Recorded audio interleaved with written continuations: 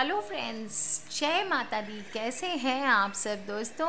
हम बात करते रहते हैं अक्सर कि ये उपाय करें, ये उपाय करें, ये उपाय करें, ऐसे जिए, ऐसे जिए। मैं आप लोगों को बहुत सारी बातें बताती रहती हूँ दोस्तों। तात्पर्य ये होता है कि बहुत सारे उपाय करने के बाद भी काफ़ी सारे लोग हैं जो सक्सेसफुल नहीं हो पाते हैं। ऐसे में दोस्तों, पूजा पाठ अगर आप बराबर कर रहे हैं तो अपने आस पास झांकना चाहिए कि आप कहीं कोई मिस्टेक्स तो नहीं कर रहे हैं। जैसे मैं बताती हूँ कि आपको सुबह सुबह उठ करके अपने हाथ को देखें, करके दर्शन करें, एक मंत्र का जप करें, सुबह पंचदेव का पूजन करें। मैंने सब पे वीडियोस अपलोड किया है। झूठ ना बोलें, बुराई ना करें, निंदा ना करें। दोस्तों, कभी कभी ऐसा होता है हम घर में गलत पेड़ पौधे लगा लेते हैं, उसकी वजह से हमारे घर पे नुकसान होता है। कभी कभी हमारे आसपास इतनी निगेटिविटी, कचरा और गंदी गंदी चीज़ें हम इकट्ठी पुरानी चीज़ें कर लेते हैं, उसकी वजह से हम सक्सेसफुल नहीं हो पाते हैं। हम गंदे कपड़े पहन के रखते हैं, धोते नहीं हैं उन्हें, नहाते नहीं हैं। बहुत सारी चीज़ें होती हैं, छोटी छोटी बातें। सुनने में लगता है कि मैम तो ऐसी ही बहुत छोटी छोटी बातें बता रही हैं, पर दोस्तों यही छोटी छोटी बातें हमारे जीवन में हमें पुल बैक करती है।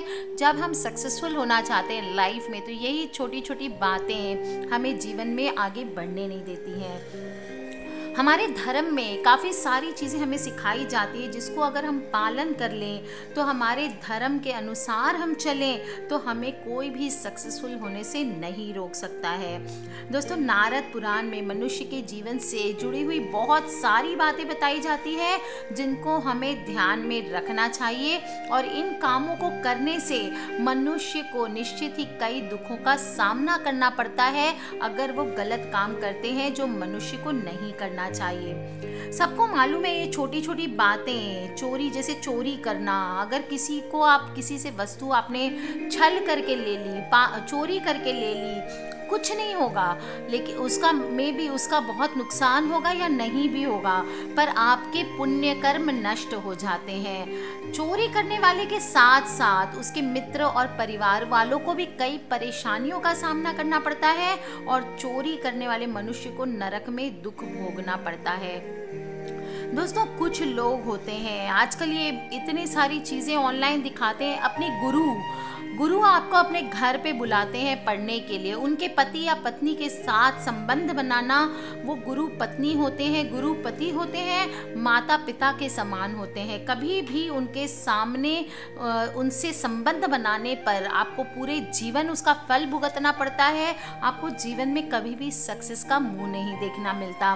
गुरु पत्नी को बुरी नज़र से देखने वाला मनुष्य को ब्रह्म हत्या का दोष लगता है। बहुत ब्रह्म हत्या से भी बड़ा पाप लगता है, और ये पाप करने वाला मनुष्य इस जीवन में तो नरक भोगता ही है, मरने के बाद भी उसको उसके पापों की सजा जरूर मिलती है। दोस्तों, शराब का सेवन करने वाला, चाहे स्त्री हो या पुरुष हो, सभी को शराब से, ड्रग्स से, नशे आदि से दूर रहना चाहिए दोस्तों। नहीं तो मनुष्य महापाप का भागी बनता है, क्योंकि नशे में मनुष्य ऐसा ऐसा कार्य करता है जो कि उसे नहीं करना चाहिए। हमारे एक व्यूअर हैं, वो इतने परेशान हैं। वो कहते हैं कि मैं अपने पति के साथ रहना चाहती हूँ, मगर उनको ड्रग्स की ऐसी लत पड़ चुकी है कि वो जब नशे में होते हैं तो उन्हें कुछ समझ नहीं आता है। वो ऐसी ऐसी हरकतें करते हैं, मैं समझा के हार चुकी हूँ, फिर भी वो नहीं सुधरते हैं। अब लास्ट यही तरीका है मेरे पास कि या तो मैं जहर खा के मर जाऊं, या फिर मैं उनको डिवोर्स दे दूं। मैम, मैं क्या करूं? उनके बार बार वो परेशान है। दोस्तों, इस कगार तक किसी को ना पहुंचाएं। शराब का सेवन करना, नशे का सेवन करना सबसे बड़ा पाप माना जाता है। और जो भी आपके आसपास के लोग हैं, उनको बहुत सारी परेशानियों का सामना करना पड़ता है। ऐसे लोगों पर कभी भी भगवान प्रसन्न नहीं होते। और जो अगर खुद नहीं पीता है, लोगों को पिलाता है, उसका तो नरक में भी ऐसी ऐसी यातनाएं दी जाती है कि उसका कोई रास्ता ही नहीं बचता है। दोस्तों, पुराणों में ब्राह्मणों को सबसे ऊंचा स्थान दिया गया है। मैं जानती हूँ आज के युग में इस बात को ब्राह्मण और कास्टिज्म को कोई लोग मानते नहीं हैं, पर ब्राह्मण का अर्थ क्या होता है इसको समझिए। आज भी ब्राह्मण होते हैं। ब्राह्मण मनुष्य जन्म से नहीं होता है, अपने कर्म से होता है। जो भक्ति भाव करे, भगवान की सेवा पूजा करे, निस्वार्थ भाव से करे, उसको जो दिया जाए वो ग्रहण करे, उसको कहते हैं ब्राह्मण। पंडित को ब्राह्मण कहते हैं दोस्तों, जो सचमुच विद्वान हो और पैसे के लिए नहीं, अपनी इच्छा के लिए, अपने धर्म के लिए लोगों की मदद करे, उसे कहते हैं हम ब्राह्मण। दोस्तों, पुराणों में ब्राह्मण को सबसे ऊंचा स्थान दिया गया है और ब्राह्मण को पूजा करने के योग्य माना गया है। अगर कोई मनुष्य जानबूझ करके या भूल से भी किसी ब्राह्मण की हत्या कर देता है तो उसे ब्रह्म हत्या का पाप लगता है, महापाप माना जाता है दोस्तों। और ऐसा करने वाले को नरक में भी जगह नहीं मिलती है। दोस्तों, मैं आपको बता रही हूँ उन पाप कर्मों के बारे में जिनको करने से ब्रह्म हत्या के जैसा फल प्राप्त होता है, और इन पाप कर्मों की चर्चा भागवत पुराण में की गई है। आपको एक बार की बात बताती हूँ मैं। लीलामणि विष्णु जी देव राक्षस संग्राम में राक्षस पक्ष से लड़ते हुए बहुत थक गए थे और विश्राम के लिए वन में चले गए। अब वहाँ किसी भी प्रकार का शयन या सोने की जगह नहीं मिलने की वजह से वो धनुष का सहारा लेकर के तीर की नोक को तकिए की तरह रखकर योग निद्रा में लीन हो गए। सभी देवतागण ब्रह्मा और शिव जी के युद्ध में विष्णु जी को ना देख करके बहुत ज़्यादा विचलित हो गए और उनको ढूंढने निकल पड़े। बहुत मुश्किल से, बहुत सारे प्रयास के बाद विष्णु जी का पता उनको चला और सभी देवतागणों ने विष्णु जी को उठाने का बहुत ही प्रयास किया, लेकिन वो उठे नहीं। अंत में ब्रह्मा जी ने अपनी बुद्धि लगाई और दीमक की रचना कर डाली। दीमक की रचना करने के बाद ब्रह्मा जी ने दिमाग को आदेश दिया कि विष्णु जी के धनुष को भूमि की ओर से खा जाओ, जिससे उनके द्वारा शैया की तरफ प्रयोग होने वाला धनुष टूट जाएगा। विष्णु जी बहुत ज्यादा नींद में थे, फिर भी धनुष गिरने से वो नींद से बाहर आ गए। लेकिन तब दिमाग में ब्रह्मा जी ने इन कार्यक्रमों के बारे में याद दिलाया कि यह कर्म ब्रह्म हत्या के समान है। दोस्तों, अगर हम किसी को परेशान करने के लिए कोई कर्म करते हैं तो हमें ब्रह्म हत्या का दोष लगता है। जहाँ केवल नींद में बाधा डालना तो सबसे बड़ी ब्रह्म हत्या मानी जाती है, जहाँ केवल मनुष्य की नींद भंग करने की मनाही नहीं करी गई है, या प्रत्येक सोते जीव की निद्रा भंग करने की मनाही है।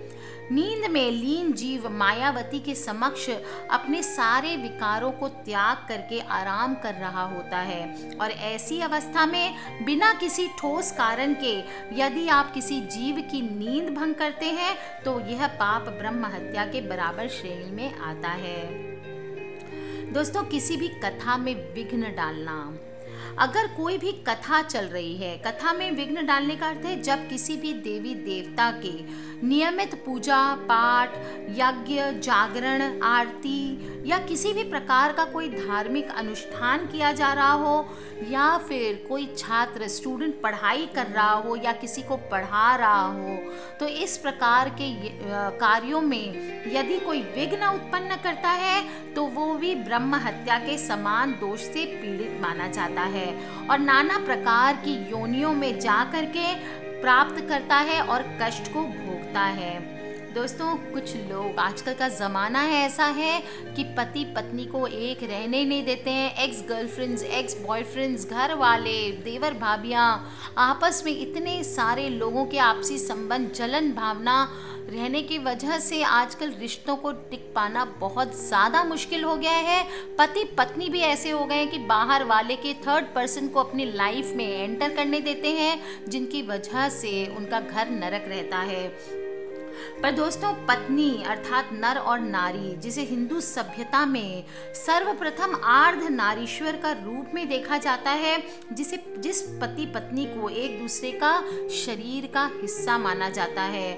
इसलिए अगर कोई भी रीज़न से कोई मनुष्य अगर पति पत्नी के बीच में विवाद करवाता है और लड़ाई झगड़ा उत्पन्न कराता है तो ऐसा कार्य नहीं करना चाहिए, क्योंकि इससे ब्रह्म हत्या का दोष लगता है। दोस्तों, कुछ लोग माँ और बच्चों के बीच में भी फूट डालते हैं, चाहे वो बहू के रूप में हो, चाहे वो पिता के रूप में हो, चाहे कोई और बाहर वाले के रूप में हो। माता और पुत्र को अपनी स्वार्थ सिद्धि के लिए एक दूसरे के प्रति भड़काना या फिर भ्रम में डालना एक बहुत बड़े पाप कर्म की उत्पत्ति करता है।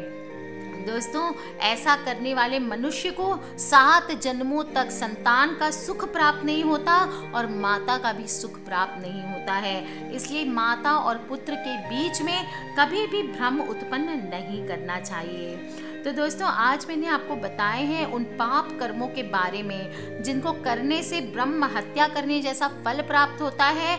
आप अगर ज़िंदगी में सक्सेसफुल नहीं हो रहे हैं और आपको लगता है कि इनमें से आपने कोई दोष किया है, तो दोस्तों ये चीज़ को आप क्षमा करें, भगवान के आगे प्रार्थना करें, अपने आप को क्षमा याचना करें, प्रायश्चित करें, ताकि ये अपने जो दोष है आपने अपने ऊपर लिया है उसको आप अपने जीवन से हटा सकें। और अगर आपने नहीं किया है तो आपको ध्यान में रखनी है ये बातें कि आगे भी जीवन में इस तरह का दोष आप गलती से भी ना करें। किसी भी तरह के क्वेश्चंस हैं दोस्तों, आप मुझे वीडियो के नीचे लिख के पूछ सकते हैं और अपने भाई बंद, अपने परिवार वाले, अपने फ्रेंड सर्कल सबसे इन वीडियोस को शेयर करें ताकि सभी जान सके कि ब्रह्म हत्या का दोष किन चीज़ों से लगता है जो हमारे जीवन को हेल कर देते हैं। आज के लिए इतना ही दोस्तों, खिलखिलाते रहिए, मुस्कुराते रहिए, सब्सक्राइब करके रखें ताकि आप और मैं आने वाले वीडियो से कनेक्टेड रहें। लव यू ऑल फ्रेंड्स, जय माता दी, टेक केयर।